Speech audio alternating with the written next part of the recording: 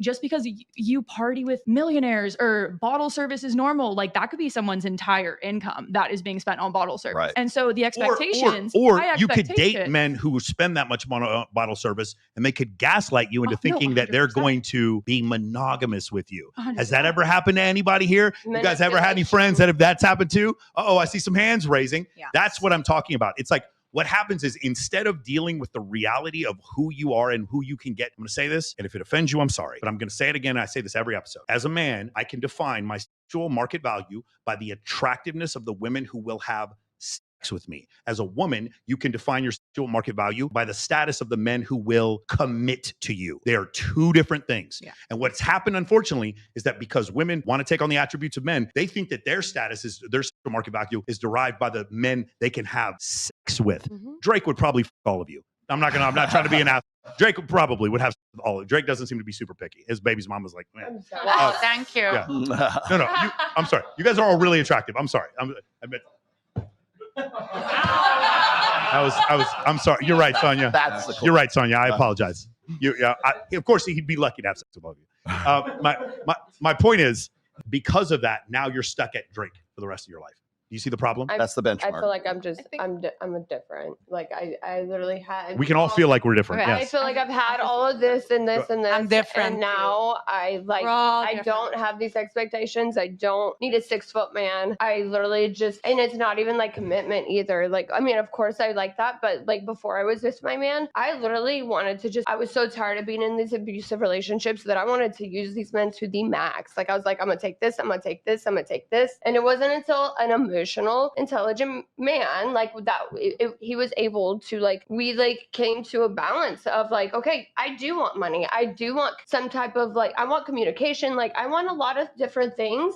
But it wasn't a 6-foot, like you have to look, oh my God, like this. Like it's just like there's a balance, and that's where things happen. Like really quickly. So I just wanted to say, because I have a few friends who will say, you know, I won't date a guy unless they make this number. And I just like, I hate that question, or being asked like, you know, how much does a man have to make? Like, I don't like putting a number on it, because it's not necessarily the number. It's like the security that it brings. It's their mentality. It's their work ethic. It's their, you know what I mean? It's a persona. It's not necessarily, well, like, cause like I've been with people like who started off, you know, lower, but I saw that potential there and we grew together. Yeah. And like, if you see that drive, if you see that motivation, that's sexy to me. And so like, if you see them being lazy or like, why is this average stuck at 50 something? Like when I was a teacher, I was making that much. Like, I know you can make more money than that. Okay. So it's like, why are you stuck there? Like, to me, it's not the number, it's the mentality that's a turn off. Right. If they're stuck there, not wanting to grow and get bigger, that's the turn off. It's ambition. Yeah. It's so it's kind of like, why are you staying at that? You kind of are doing it to yourself. See, what happens is like, work for more.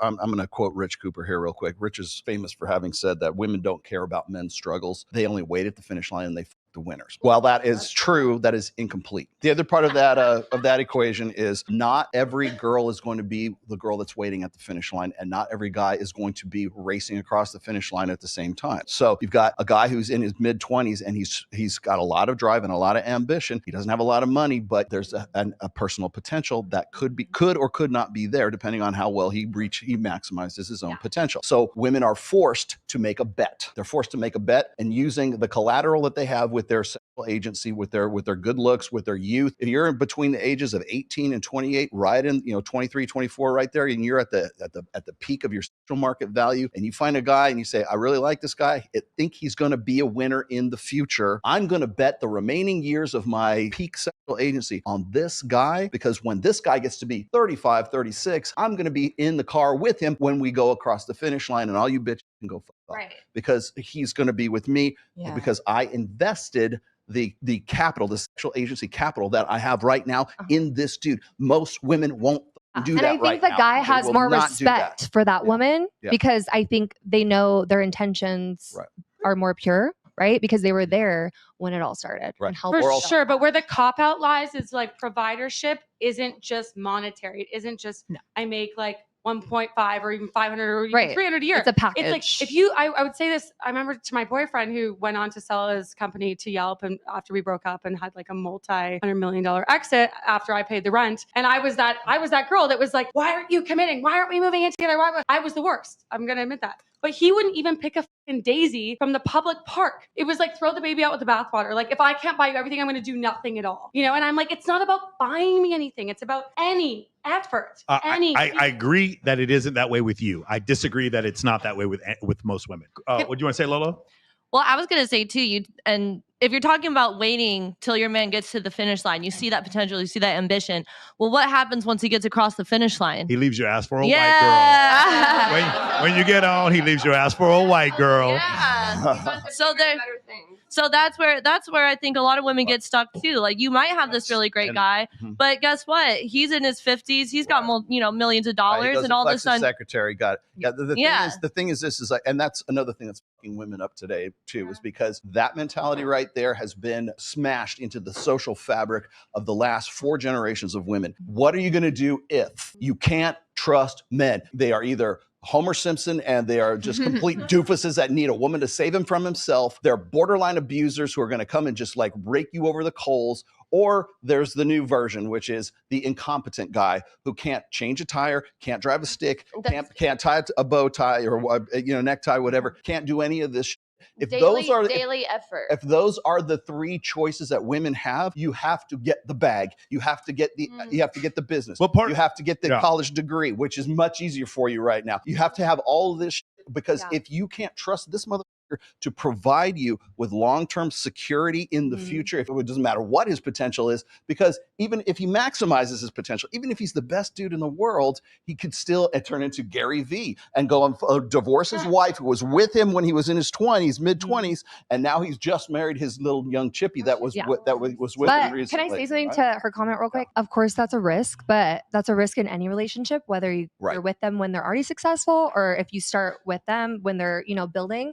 That's always a risk. You're always going to take a risk, in love and relationships, marriage. But at the end of the day, what matters is your relationship mostly with yourself. So at the end, if you build something for yourself too, like, don't live your life all for him, live it together, be a team, build stuff for yourself too, so that, if hopefully nothing happens, but if it does, you're happy with yourself. Yeah, like be happy alone. I'd rather be happy in Hawaii on a yacht. You know what I mean? Yeah, no, I know. But I'm saying, like, set yourself up first. Build something. Use the rich man. Use him. Build something for yourself too when they're building. Back to what I was saying, like, you know what you need. And like, with a relationship, like, you can fall out of love and that is okay. Like, as long I know what I need, A, B, and C. If that happened at first and then like time goes on and it's just not like that anymore for me, it's just not that way for me and you shouldn't be stuck. Yes, it's a partnership. Yes, you should work together through things. But like, if I'm not getting what I need, that's it. Like, you shouldn't have to stay.